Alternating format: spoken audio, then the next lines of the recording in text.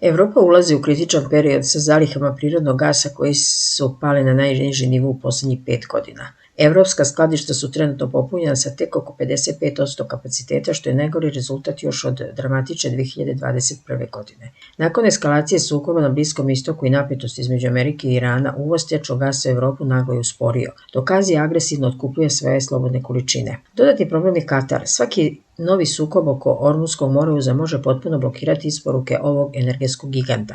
Da stvar bude gora, Evropi ne ponestaje samo gas. Zalihe dizela, ključnog za transport industrije i grejanje, takođe su pale na najniži nivo od 2022. godine. Evropski energetski sistem sada direktno zavisi od vremenske prognoze.